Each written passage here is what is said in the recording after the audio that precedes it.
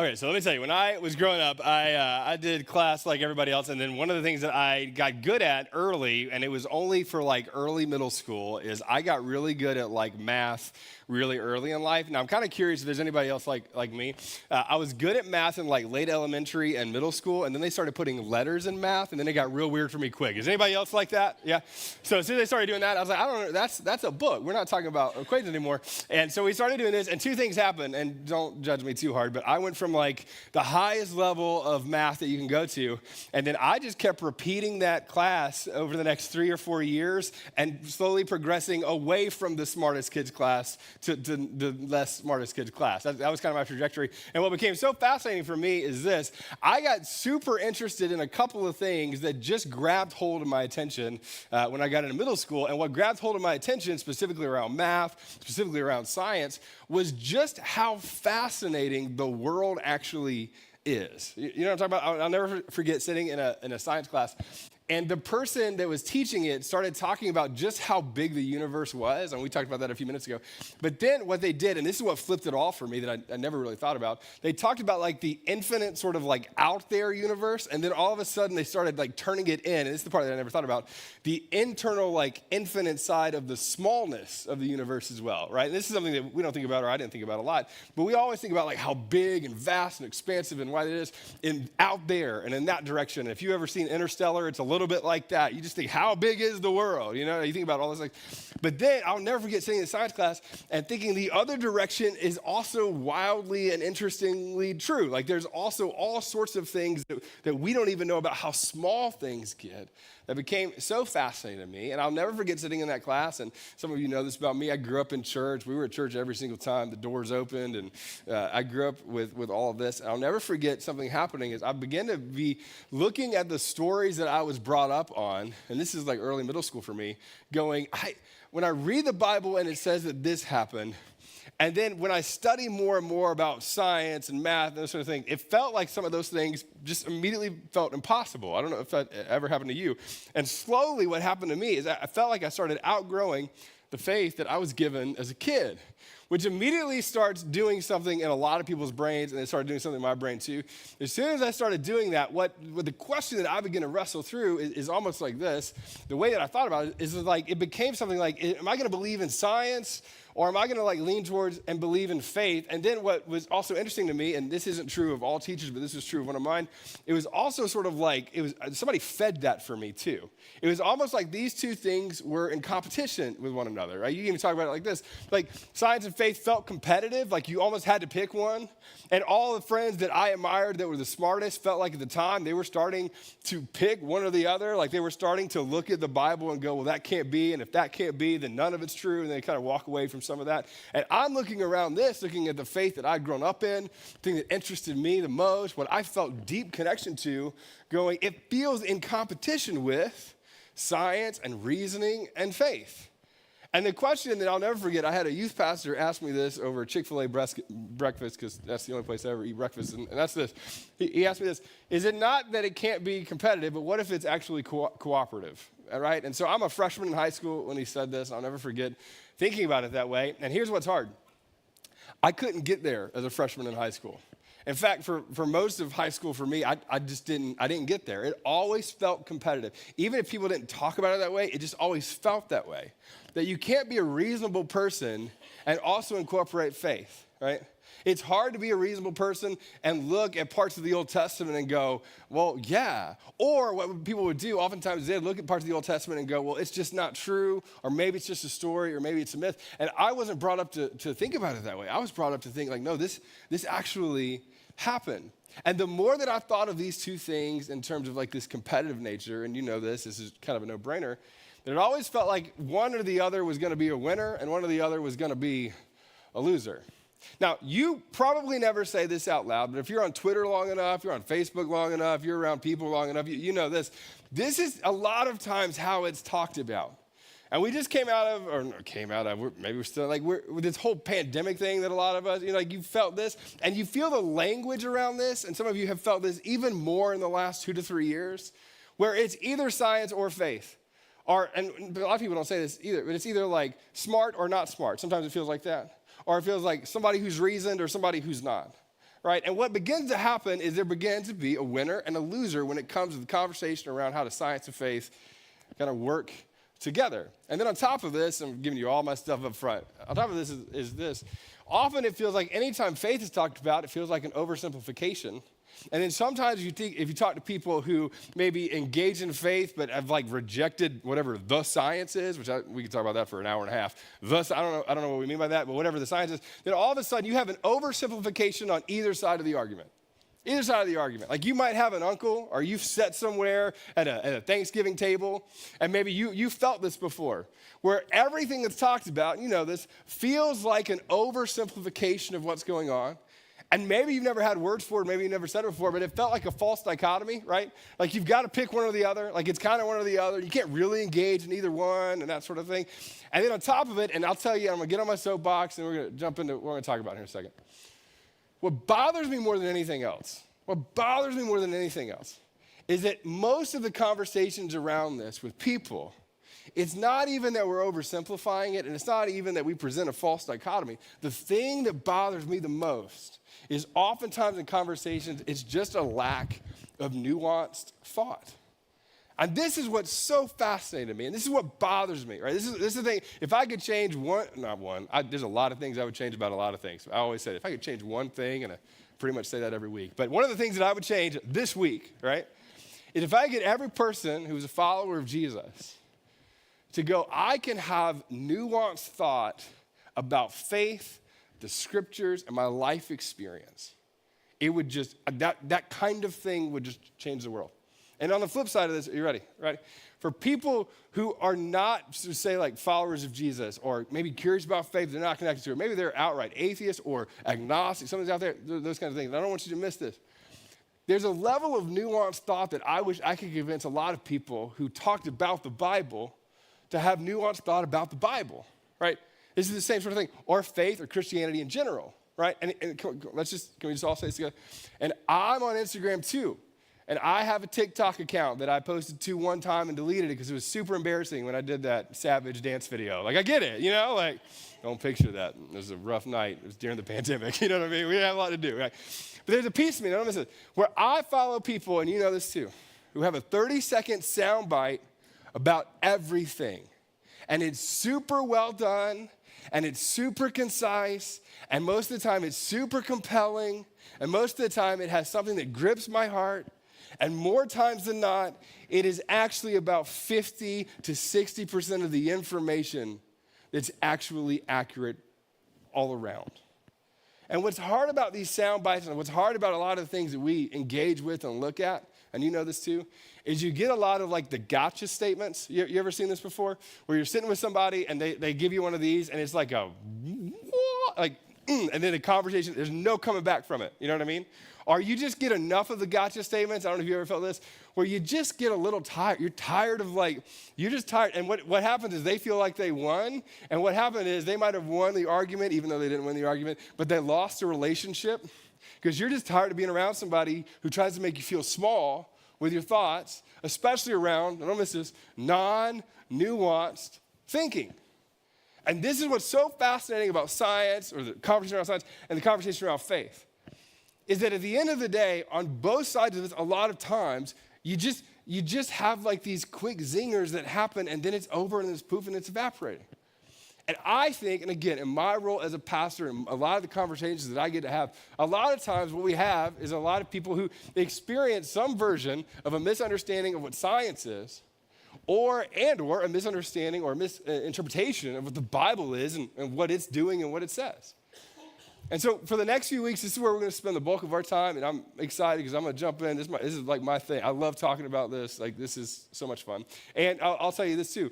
With the people that attend our church, and part of the reason that we came to Columbus is there's so many people in our city in particular who have walked away from faith or in the process of walking away from faith, in large part because of what we're talking about today, right? So I put in my notes, and this is kind of where we're going to spend the bulk of our time, and that's this. The faith and science are two very different tools to see the same truth that exists in the world, right? Which means anytime you start leaning into just it's either or it's competitive, or those things can't cooperate together, or it's just whatever this is. Now, come on. thoughtfulness in these spaces doesn't require one or the other to die. It just doesn't. It doesn't, right? For us, these are two tools, two very different tools that illuminate the same truth that exists in the world, right? Now, I'm going to give you one of the deepest quotes that I've ever seen on this by a guy that you've seen before. Let me show you this, all right? Science without religion is lame, and religion without science is blind. Isn't that great? I'm joking about the deepest, but you get it, right? There's a piece of this that's so funny. Albert Einstein would do this, and we're going to look at a lot of different quotes over the course of the next few weeks. But there's this interesting idea that when you think about these two things coexisting and being a part of one another, and you know this, it's not either or, it doesn't have to be competitive, and there's a piece of us that can engage with both of these things well, whether you're a follower of Jesus or not, whether you're like been a Christian since you were like 5 years old with flannel graphs and VBS or not, whether you're a person, right, who thinks that like you get all these like quick sound bites and you're very influenced by that, that's great too. There's a part of us that goes, we can engage in these two things well if we need to. Now, the group that I'm going to spend a little bit of time talking to probably the most today are those of you who at some point or another were like me when I was like a freshman, sophomore in science classes. And what happens for a lot of people, and you can kind of visualize this, is that a lot of what people grew up with when it came to faith was like a Jenga thing built specifically around the Bible, but not just the Bible stories, right? I miss this. And we present them as stories, right? A lot of times as kids, and you get this, you were 5, 6, 7 years old, you're presented with a bunch of Bible stories, and no one says this out loud, but in some ways, they're more than if you grew up in like a deeply devout home, but they're similar to some of the other stories that you were given as a kid, right? They're similar to other stories that you were given as a kid. And what happens in our brains a lot of times is we hear like David and Goliath, and then we hear like Aladdin, and there's a piece of our brain that goes, I might believe that one's real and maybe one's fiction, but there's a point in our life where we don't always make that distinction. They just become stories. And then somewhere along the way, and this is typically how it happens for most people that I talk to who kind of move away from faith or deconstruct specifically around science or thoughtfulness, these kinds of things. What begins to happen for a lot of people is somebody pokes at that Jenga thing. Like one of those Jenga thing comes out, and then it's there, and it's kind of stable, but it's still kind of, faltering. Something else sort of picks at this. And all along the way, middle school, high school, your life experience, loss of a loved one, somebody that you care about, somebody did something wrong, the church screwed up, or the church screwed up, something like that. Like all those kinds of things happen, right? You hear somebody like me put on like a Britney Spears mic and teach on something, and in the back of your head you go, this guy just doesn't know what he's talking about. There's a little bit of that, and all of this contributes to it, and all of it's like poking at that Jenga thing. And at some point for a lot of people, when you do it, it does that. It falls. You know what I mean? That was perfect timing. That was amazing. Thank you. That was great. Yeah, it does that, right? That's going to be the highlight of my day. That's amazing. I couldn't have planned that better. That was perfect. Yeah, it falls, and it comes crashing down. And some of you, the moment that it happened. Some of you don't know the moment. It just felt like a 5-year period, or it's your whole college experience, right? Or there's something. Some of you sat in a philosophy class, and you remember the moment that it just, and here's what's happened. Here's what is so fascinating. And I don't think you're here today if this next part isn't true. But something about the pieces that fell still existed. It just felt like a big old mess. And you're like, I almost even wish it were true. I almost wish it all could be put back together. I almost wish that all the stuff that I felt like I deconstructed, or that deconstructed it itself, the thing that moved me away from belief, it's all sitting there. And I wish it were true. Some of you have nostalgic moments about the Southern Baptist Church that you grew up in. And they did As the Deer, and everybody came forward to the altar. Some of you know what I'm talking about, right? Some of you have nostalgic experience about Royal Rangers. Anybody Royal Rangers? Okay, just me, great. It's a Christian Boy Scouts. Anyway, all right, so you got all these, like you have all of these nostalgic moments, and you wish some of it were true, and you wish that some of the relationships you had before you kind of moved in this space still existed in the ways that they did, and they don't. And you look at all this, and what you found yourself with is just an enormous amount of doubt, right?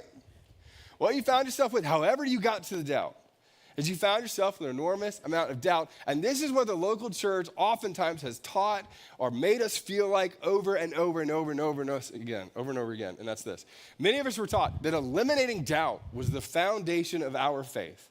That if you found yourself in a place where I no longer doubted, then that was actually the foundation of our faith. And people stood up, and you've seen this before, and they stood up with so much certainty around things that it felt like for you impossible to be certain about. And it just made that whole thing messier for you. I put it in my notes and said it this way. The competition between science and faith creates a mentality that there's a winner or a loser.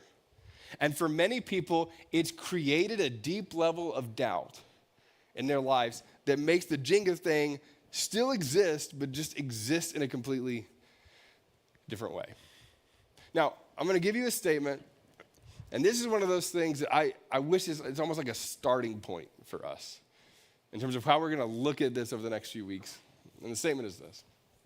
When a finite being, which would be us, begins seeking to discover an infinite being, which would be God, there's not going to be complete understanding in the ways, and don't miss this, where we could control, manipulate, and make God do all the things that we think a good God should do. There's just not that. And for many of us that we're taught to pursue that kind of thing and remove, now don't miss this, all of the mystery and the faith components of what it actually means to be a person who's a follower of Jesus, then of course, we're left with whatever the Jenga thing is that's laying on the ground and fell apart. Put in my notes, said it this way, I said, God is beyond complete understanding and chose, and this is what's so fascinating to me. So you never heard somebody who's a pastor say something like this, and chose to reveal himself in ways that lead us to deeper questions. It's always fascinating to me about Jesus. When you look at the parables of Jesus, he chose parables. It's so funny to me.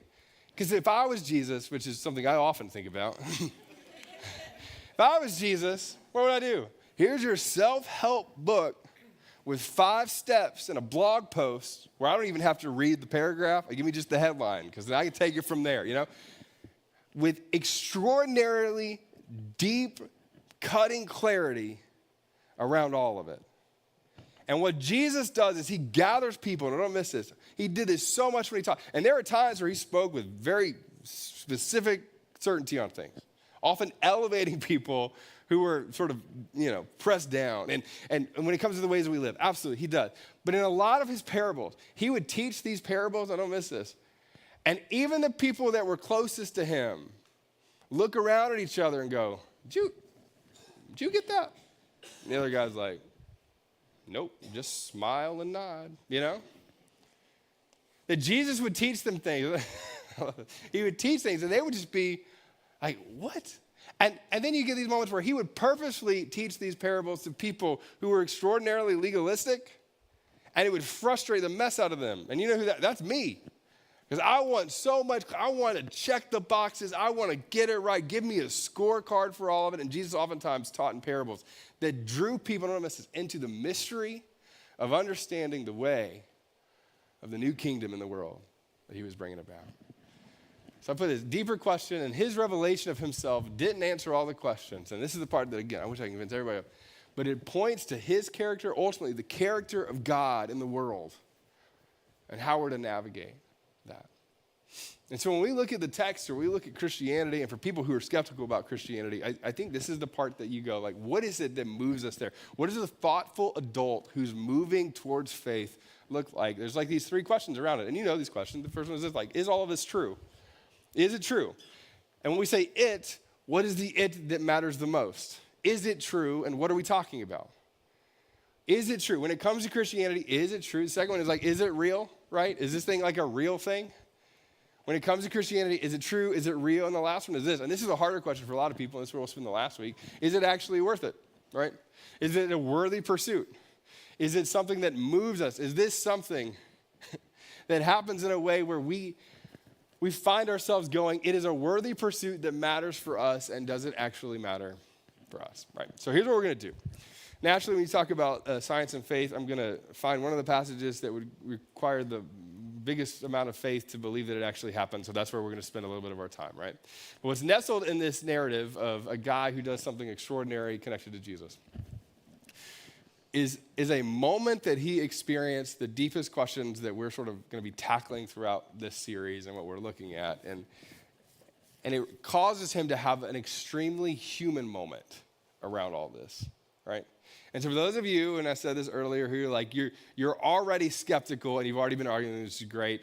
This is what I would tell you for the next few minutes. I don't want you to suspend your belief. I actually want you to bring the fullness of your thought to this text and the eyewitness account of what happened here. But watch the moment in this person's life, not the character of a story, but in a person's life where he does something extraordinary. So what happens is, this is in Matthew, where we're going to be looking.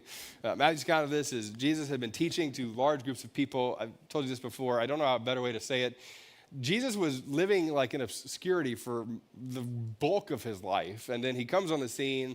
A lot of you know this. He comes on the scene and he starts teaching. And what is fascinating about Jesus' teaching is he wasn't immediately famous because of the way he taught, though that played into it. He became famous around the miracles that he did, right? I was texting a friend this week. It was one of my favorite questions I've been asked about, like, is there humor in the Bible? Or is Jesus ever, like, funny, that sort of thing? And I ended it with going, like, one of Jesus' first miracles is he shows up at a wedding, and he was like, I don't know what to do. They ran out of wine. And what Jesus does is he makes wine for the wedding in front of his mother, right? That's funny. I don't care. How did he come on the scene? He got that party lit. That's what he did, right? Like, that's what he did. Yeah, you could text me about that later. Yeah, but it's so funny. Like, now, and here's what happens. When that happens and water comes and water, all this, and then he starts healing people, right? And then people, like, start gravitating to him. And then in the midst of this, I don't miss this part. And then he starts teaching in a subversive way about government, about the view of women in the world, about the ways that people were to live in this new kingdom. They're like, what is a new kingdom? And they're thinking there's going to be violence, and we're going to overtake this thing, and here we go. He said, no. Turn the other cheek. You're like, I don't know how I feel about that. You know, all these moments. And he starts teaching in ways that upends. And then people start hearing him teach. And then all of these people start coming. And I wish I knew how he did it, because there's like, I don't know, 200-ish of you in the room today, and I have a microphone. I don't know how he did it, but hundreds of people would show up to his teaching. And he would teach in these parables and the Sermon on the Mount. If you've never read the Sermon on the Mount, you begin to see he starts teaching in beautiful, subversive, difficult ways to people that challenge their thought, the essence of the foundation of what they believe that it meant to be, the person who followed God in the world. He starts teaching about all these things, he starts calling his own shot, predicts his own death and resurrection, all these kind of stuff. And as he's teaching this, his closest followers are also a little bit dumbfounded, and they've seen him do miraculous things. And every time he tends to do a miraculous thing with them, and then they all, in these moments, almost find themselves at pause because they're not. It almost seems like they're not sure he's going to do it again. And so the fame that he had, all this stuff, he's doing a lot of this teaching. So what happens is he's been teaching all these people. He gets away to rest. He sends his followers away on a boat. They go out into this body of water. They're on the boat because they were fishermen. And so that's kind of where we're going to pick up in the story. So this is Matthew's account of what happened. Here's what it says. So shortly before dawn, Jesus went out to them walking on the lake. Now we're just going to start big here, right? Let's just come out of the gate swinging. So what happens is, still at night, shortly before dawn, they're all on this boat, and he comes walking out towards them after a night of rest. That's what he did. He got away to rest and be with the Father, and he comes towards them. He's walking on the lake. Whether or not you think people can walk on water, we talk about that later. I'm with you. But Jesus, he's coming out on the lake, right? And he's coming out on the lake, and then it says this, and when the disciples saw him walking on the lake, they found themselves terrified, which is the proper response when you see somebody walking on water at night, right? Like, everybody turns into a 7-year-old kid who's a little bit scared of the dark when something's walking towards you on the water, you know? So they're terrified. This is human, of course they're terrified. And they say this, it's a ghost, and they cried out in fear. Now, again, the reason they said it's a ghost is because this was actually kind of a thought process many people had at this time period where you go like, hey, they believe that spirits might be on the water, and so you see something coming towards you. You obviously don't assume it's a human. What is it? And they go, it's a ghost. And then here's what Jesus immediately says to them. Jesus calls back, says immediately to them, take courage, it is I.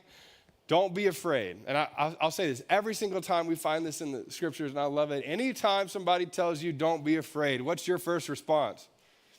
More fear. You know what I mean? Anybody ever rode Slinky Dog at Disney? Y'all ever done this before? Okay, y'all got to live. Y'all got to start doing it, right? Right, Slinky Dog is the Toy Story, right? Roller coaster. We went there with my son. I think at the time we rode it, he was like 4-ish, maybe 5. And so we're in the Slinky Dog, and we looks at it very confidently the first time. You ever done this before? And then we get in it, and then he sees the first hill, and he's like, I'm less confident now. And then we start going down the first hill, and I was like, you should never say that word again. You know what I mean? Like, where did you hear that, Mommy? Okay, great. You know what I mean? Totally kidding. She's not here. I love you, sweetheart. You know, it's great. Totally kidding. No, but we get on this roller coaster. And now here's what's happened. And you know what my first response to his dad is? Come on, you know what it is? You don't have to be afraid, buddy. It's Slinky Dog. You know what I mean? They made this for you. And then we did that first hill. I was like, I'm a little scared too. You know what I mean? But as soon as I said, don't be afraid, you know what his immediate response was more fear. Because saying don't be afraid doesn't do anything for anybody. Because if I'm afraid, I'm just afraid. The call back to don't be afraid, are you ready? And you know this. Specifically for Jesus, is you don't have to be afraid. Why do I not have to be afraid? Because you can trust me because I know that you don't have to be afraid. And this is what's so fat. I'm on the roller coaster with Henry. I'm a little bit like, I don't like hills, and I get a little nauseous on roller coasters. But you know what I also knew is that it was going to be good. It was going to be okay. We were going to make it, you know? He doesn't know that. I come from a posture saying, don't be afraid. Why? Because I know. And so Jesus walking into the water is like, look, you got to be afraid. Take courage. Muster it up. Courage in what? In him. And so all these guys are together, and I always love Peter. Peter's one of my favorite people in the New Testament because he's always that friend who speaks before he thought through it fully, you know? And so the way that I envision this, and maybe it was different, but the way I envision this is he responds quickly. Like, take courage, don't be afraid. And so Peter, like everybody else, is like, I'm still a little bit, you know. And Peter goes, look, Lord, if it's you, you go to the next one. Yeah. Lord, if it's you, tell me to come to you on the water. Now, this is how I picture this. You picture this however you want. I think there's all these guys around. Peter steps up and kind of steps out in front of everybody. Like, Lord, if it's you, tell me to come out there. And everybody else is like, I wouldn't have done that. You know, they're all like, I don't know about that. And you ever had this moment where you spoke up too soon? You ever done this? And you look back and you're like, whoops. Do we have any New Girl fans in the room? I usually show this clip. There's that moment, some of you remember this, where Nick says, I love you. Do you remember this? And then the drive-by, do you remember this? And he goes, I love you. You know what I mean? Like, it's kind of like that. Like, you speak too soon, and you remember Justin's response is like, I love it. It's great. It's like that. I think that's what's happening. Peter just impulsively goes, look, it's you. Call me out onto the water. Now, here's what's so fascinating about this. This is the part of the almost blind-ish faith piece that goes, I'm sure, let's go. Come on. I'm coming on the water. Sure. If that's you, tell me to come out on the water. And I love this. You could quickly bypass it. You could miss it. And I don't know how he said it. I don't know exactly what this looks like. I know it's dark. I know Peter's on the boat. I know he's about to get out. I feel like everybody else is like, eh. And Jesus simply says, come. Go on out of the boat. And this is the moment, and this is the part of the beautiful narrative here, that you get the moment that many of us at some point or another have crossed over at some point. Many of us had crossed over at one point and almost feel like we ran the other way afterwards. It's like, am I going to take a step towards trusting that you actually know? Am I going to move beyond in a way where it's not that it's not thoughtful. I know everything about this moment. I know what happens when people get in the water. You sink.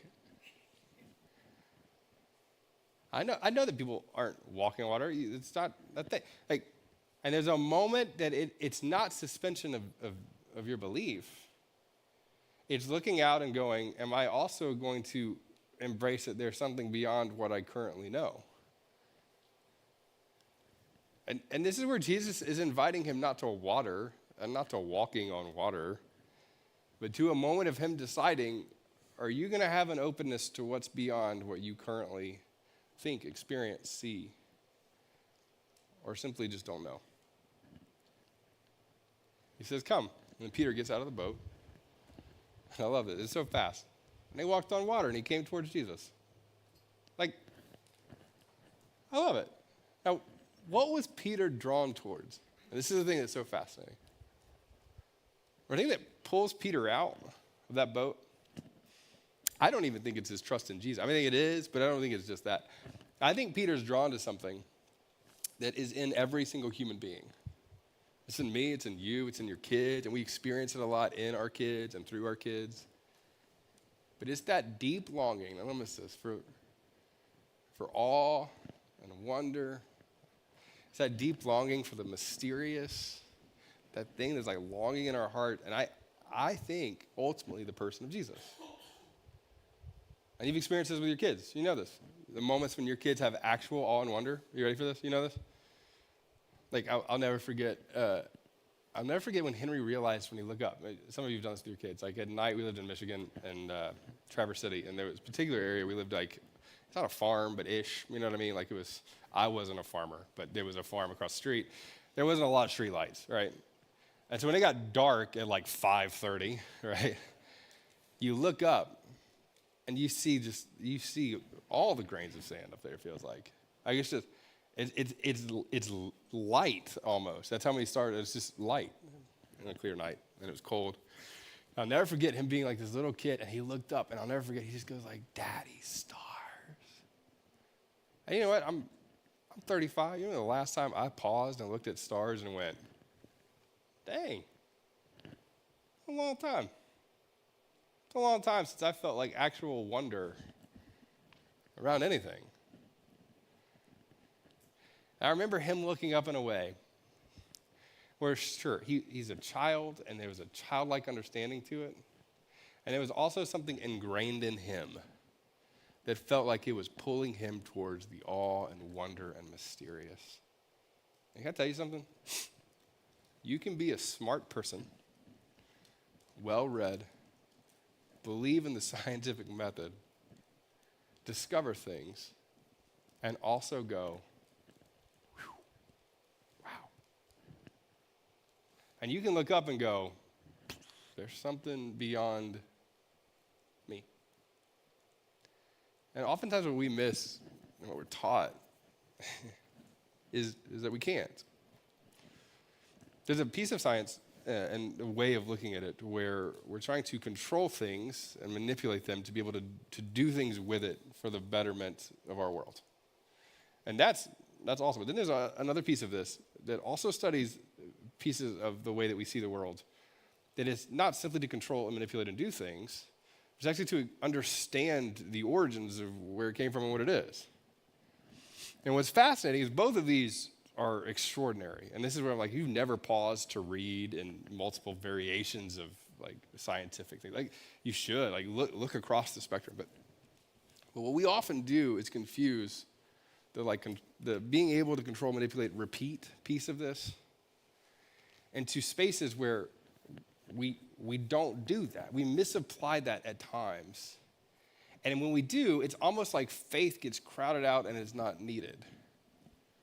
But there's a piece of us and a piece of you, and I believe this in all human beings, that still looks out and goes, wow, that feels beyond. And because it feels beyond, I want to know, what is that? What makes that thing tick? What draws me in that direction? I want to know more about that. Now, we talked about this word before. It's a fun German word. I'll show you this. I'm going to say it together. I'll teach it to you. It's Grenzbegrifflich. Can we say this together? I'm sure I'm mispronouncing this. If you're German in the room, don't make fun of me. This is the best I could do on YouTube. Kidding. It wasn't YouTube. Ready? All right, we're going to say this together. For nothing else, you can say this at lunch. Ready? 1, 2, 3. Sorry, you're like, I'm going to catch it on the second round. Here's the second round. You ready? Here we go. 1, 2, 3. Yeah, it's so good. All right, so here it is, right? What this means is this, right? And we don't really have an equivalent word in our English language for this. It's an incredible word. Here's what it means. Let's go to the next slide if we can. It means beyond analysis and description. I would put in the beginning part currently beyond, because I think we're still pursuing that, but currently beyond like analysis or even real description. And for us, we might substitute words like awe and wonder and those kinds of things, but it's more than that. It's like that there are experiences and beauty and things in our life and our world that feels like it pulls us out and draws us out, and we go, what is that thing? And it feels like it's beyond that. You've heard me say this before. First time you hold your kid, you don't really have words for it. You don't really have words, guys. Come on, you know this, for the moment that you proposed and what happened in your stomach right before. You don't really know what that. Yeah, what do you have words with around that? There are things that just feel currently beyond that. Now, come on. And this is the thing that pulls Peter out of the boat to step into what I believe is like the beyond or the next kind of thing. And then some of you know this part, and this is always fascinating, and I was always brought up that the second half of this passage is taught with shame, and I don't think that's at all what it is. But here's what he does. He says, but when he began to see the wind, he was afraid and beginning to sink, right? He cries out, Lord, save me. And I think this is one of the most fascinating things. I was brought up to believe because of this, he doubted the power of Jesus. And because he doubted the power of Jesus, he began to sink. And when he began to sink, don't ever be that guy. That's how I brought up in it. I don't think that's it. I think the beauty of this is that, of course, he looked around. And, of course, he had questions because he's walking on water, And he's walking towards Jesus. Right? Of course he had questions. Of course he looks around and go, this is fun. Really? Is this real? Is this worth it? And he's looking around going of course he had doubts and questions. Of course he had this.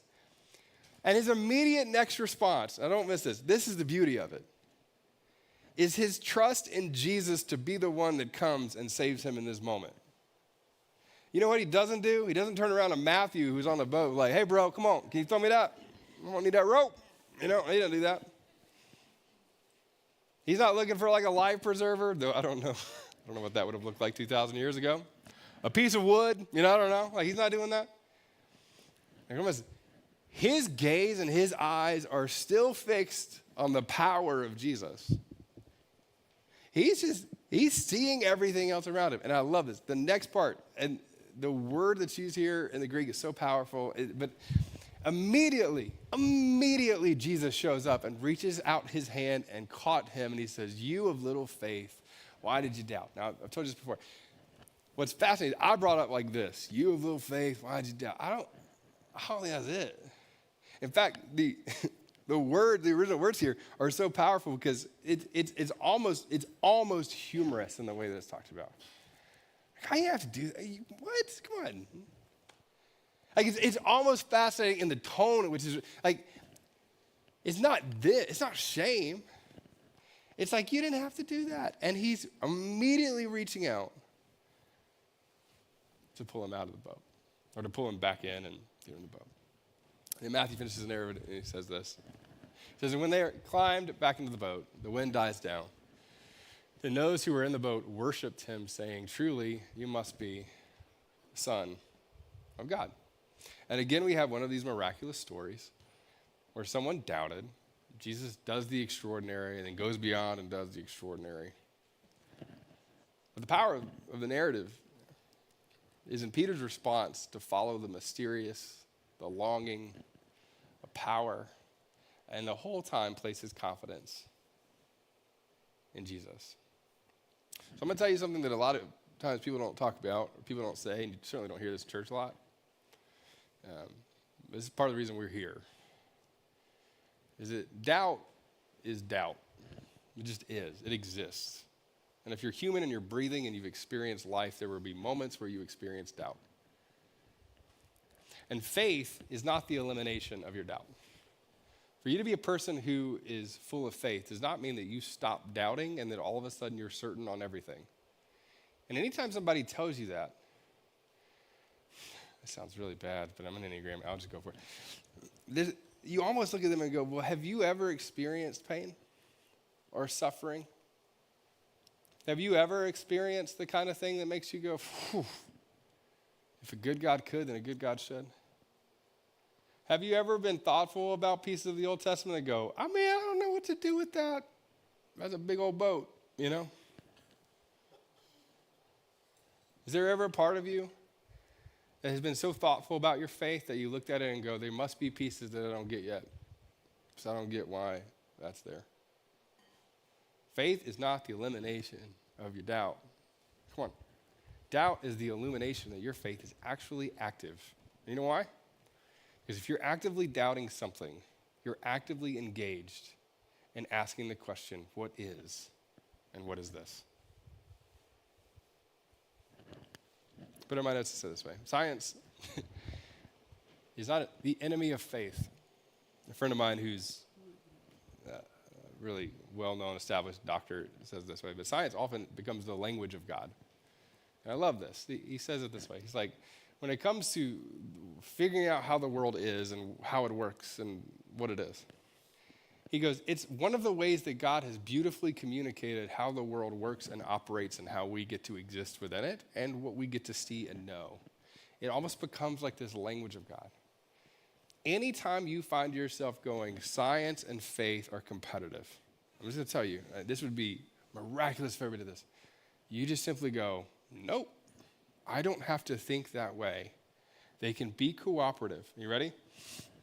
And you can go, oh, wow, that's how he did it. Great. It's the language of God. You don't have to do this. Wow. That's amazing. You can experience awe and wonder in it. The second thing around this is this, that the deepest unexplainable longings, I think this is true, point to something that is beyond you. And those deepest unexplainable longings exist in every person. They do. And the older we get, oftentimes the better we are at ignoring them or placing them aside or not engaging, but they tell you something. And some of you have been trying to categorize and master things and just have the best, all those things are great. And at the end of the day, there's something mysterious about our world. There's something mysterious about you. There's something mysterious about the people that you love and care about. And there's something beautiful about that mystery of faith. And I put my last sort of thing here. So doubts and questions are evidence and never disqualification of an active faith. All right, so I was thinking about how to kind of wrap this up and kind of ping us into the next talk. And I know that I opened a lot of things that we're not going to solve yet, and we will work through this over the course of the next few weeks. But here's what I wish I have everybody commit to. For those of you who are followers of Jesus, and what you've done is you've gone you've just distanced yourself from pieces of this that you might talk about in terms of science, but more you might talk about almost like the zeros and ones, the X's and O's of this, the functional pieces of our world. You just distance yourself from it, or you've had questions about it, you just put it in a box, right? What I'm going to ask you to do is the same thing I'm going to ask, but in a different way of people who've distanced themselves from faith because of the Jenga thing, it all fell down, and you had that one moment or several moments, and you just walked away from all of it, whatever that is. There's one word that I'm going to ask you to embrace and commit to, and it's going to feel really simple, and it's not be smart or be smarter, any of those things. The word that I want you to embrace is this. I want you to be someone who is thoughtful about it. You ready? This is what I mean by that. It means when you see that TikTok video, and it's real good, but there's something you're like, that's like 50, that's 60% true, but they got you, I want you to go, nah, I don't have to accept that. I'm going to pull back. I want to know more. I want to know more. Or when you hear a guy like me who stands up on a stage, right, teaches out of the Bible, and you go, I don't know about that. There's got to be more. This is the best phrase in the world. Oh, that's so good. I want to know more about that. For those of you in the room who, you when it comes to this, you're like, if it's not so reasonable, if we can't do this, if it has to be reasonable, it has to be, if it's not this, or I want you to go, and I want to pay attention to the deepest longings, and I want you, and don't miss this, to be thoughtful about the things that are mysterious about our world. And not thoughtful in the sense of I thought about it that one time. I want you to be deeply curious about it. I want you to be thoughtful. And don't miss this. Why do so many people embrace that thing? Why do they lean into that thing? I want you to be so incredibly thoughtful around those things. Now, I'm going to give you one last quote, and then we're going to wrap up our time. It's by a scientist named Louis Pasteur, and here's what he says. I love this. Oh, get on this side so you can see it. It says, the more I study nature, the more I stand amazed at the work of the Creator. Science brings men nearer to God. Now, some of you are going I'm not sure what I think about the whole God thing yet. That's great. Some of you are going I don't know what I think about deism in general. We talk about that. That's great.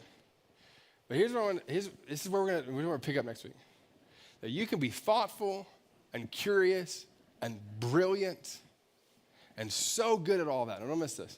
And you can be a person who looks at all of those things and still experiences deep awe, deep wonder, and also go, oh, okay, that must be how we did it. And go, you can lean in to those things. This is the last thing I'm going to say around the thoughtfulness thing. This is the last thing. Let's go to the last one. All right. Sorry, Ben, you guys can come up. We're going to wrap up here in just a second. Let me say this last thing. For those of you who are not followers of Jesus, the place that I want you to be the most thoughtful around, you ready? Is the person and the work of Jesus. And here's why I say that, all right? I grew up where I was given a King James Version Bible. Anybody ever read out of the King James Version before? You know what I'm talking about? A lot of these, thous, thant. I don't know what thant is. No, that's not it. But you get it. I didn't understand any of it as a kindergartner when they gave me that. I don't know if the message existed yet, but and they gave me this, and here's where we started. You ready? We started in Genesis chapter 1, and then we went, right? Which is fascinating and beautiful to start there with kindergartners, and also going, there's a lot to Genesis 1 through 3. There's a lot. It's deep. It's beautiful and amazing and poetic and interesting, but there's a lot to it. And so some of you, I'm going to tell you, some of you are like, you picked up a Bible, somebody gave you a Bible, and the place that you started was like right smack dab in the middle of the Old Testament, stories that you didn't believe in already anyway, and now you're reading these stories and going, well, it's a big boat. I don't know how that works. That must not be, and you close it. Okay? Or you're going like, oh, I picked up here, and there's a lot of violence. Must not be that. You close it. And you didn't really get thoughtful about those passages, and that's where you started. Come on. And I want you to, if you're not a follower of Jesus, or you're a person, look, please look at me. This is what I'm talking about. I want you to start with Jesus. And the reason I want you to start with Jesus, you ready? Is if the Jesus thing is not true, nothing else matters. If Jesus doesn't die on the cross, and he doesn't raise from the dead, none of the others, we're not talking about it. You're not here. Michael's not playing a guitar with his amazing beard. I'm just going to keep making references. It's great. Here, he is. He's playing, I don't know what you're playing. Maybe John Mayer. It'd be great. So he's doing all that stuff. We're not doing this. The faith of Christianity hinges on the resurrection of Jesus Christ. And so if you're going to start somewhere, the question is, why do people believe that Jesus died on the cross and rose from the dead? It's not, why is a guy in the belly of a whale? You can start there. It's a long time to get to the fact of why do people believe that? Because Christianity hinges on, did Jesus Christ die on the cross and raise from the dead? Because and don't miss this, if that is true, and don't miss it, everything else begins to fall into a place, not where you're not thoughtful about it, curious about it, did it, all that stuff, but that's what it all hinges on. And so that's where we're going to spend some of our time. We're going to talk about next week, kind of picking up from the thoughtful thing. How do we do that well? We're going to pick up from moving through, like, why do we believe that Jesus died on the cross, resurrected? We talk about the science side of that, all that. But when we move through this, that's kind of where we're going, and that's where I hope that you're thoughtful with. So here's how we're going to wrap up our time. I'm going to ask you to stand, if you would, real quick. I'm going to pray for us. Now, and I'm going to ask you just for the next couple of minutes to hang with us. Here's the thing, and I know this. When we do closers, every once in a while, there's a couple things that happen. Number one, most people are hungry because the speaker spoke too long about all of this, which I totally get. I get that too. Second thing around closers is there's very rarely a time where you stand up and you sing to lyrics on a screen unless it's 3 o'clock in the morning, you've had a few drinks and it's karaoke night. Like, you just don't do this very often. So I get the weirdness of singing songs in church. And then some of you in the room, probably quite a few of you in the room, are not followers of Jesus and you're curious about the whole thing. And so let me tell you this. All right. The song that we're about to sing actually gives a really beautiful and clear picture, literally, of the story that we just talked about, right? This narrative of Peter getting out of the boat, but it talks about the principle that's behind it. And so here's what I'm going to ask you to do. If you're a person who's a follower of Jesus, but you haven't thought about the beyond side of this in a long time, or found yourself in awe and wonder in a long time, this really becomes a song of saying, God, I want to move beyond that. I want to go into whatever the deepest parts of this are and trust you without limitation and boundaries. And then if you're here and you're not a follower of Jesus, I'll tell you what I hope happens over the course of this next song. Well, what I'm praying for you isn't that all of a sudden you just pray a prayer and then you're there. Like, that's not what I'm praying for today. What I'm hoping for you today is to go. And I said this before I even came up and started speaking. is that there is enough of a crack in the door of both your mind and your heart, and don't miss this, where you begin to go, I want to explore whatever's beyond in the most thoughtful way possible without rejecting either side of that, right?